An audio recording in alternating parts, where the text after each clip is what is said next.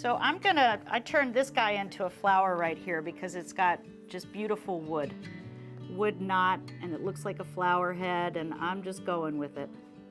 I actually will look at the wood before I even decide how. We sort of live in a time where there's a lot of uncertainty, and people are hungry and grasping for something that gives them hope or makes them feel good. And I think they get that with my art. It's simple, but it's profound in meaning and what it says. When I do my art, I have no sense of time. And I can be working for 8, 9, 10 hours straight. And I hear Izzy upstairs saying, "Mom, can you stop now?"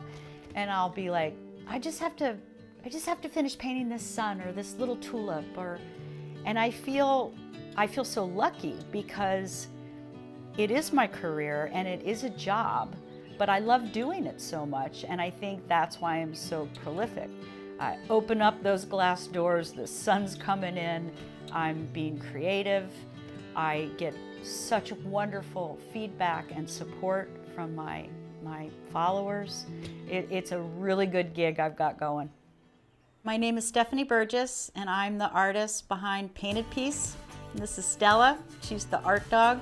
My career as an artist, it kind of has an interesting story to it. I actually went to college for art. I was always super crafty, creative, making stuff. I was a labor and delivery nurse for 20-some years. And when I had my daughter Izzy at 42, I was a stay-at-home mom. I kind of took a break from my profession. And Izzy and I used to craft all the time.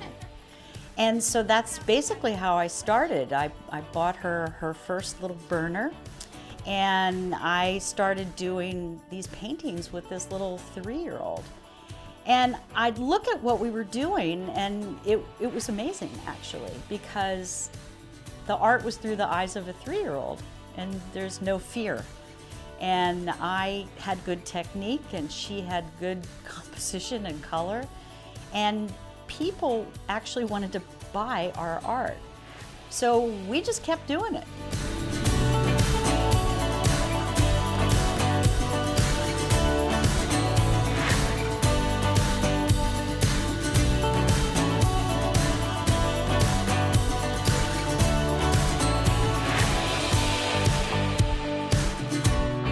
It's the classic story of, being lucky enough that that right person sees your work.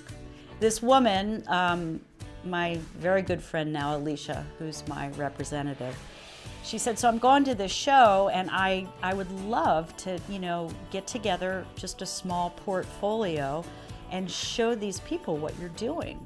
First day she's there, I get this call from Alicia. She's like, "You are not going to believe this." She said, "I have never had interest in any artist that I have ever represented like I am getting to your work." And within 2 weeks after her return, I was introduced to Studio M, and they're the first company I signed with. And from there, it's been the next manufacturer, the next manufacturer. I literally became famous overnight. So in 2011, in April, I had decided to end a 22-year-old marriage. And I left my husband, and in August of that same year, on my 50th birthday, the day of my 50th birthday, I was diagnosed with breast cancer. It was a lot to take. And then in December of that same year is when I met the licensing agent. And the combination of challenge and tragedy with the excitement of what I was handed, I think really got me through some tough times. And I feel like the art saved me, really, because I don't really have any memory of focusing on the illness.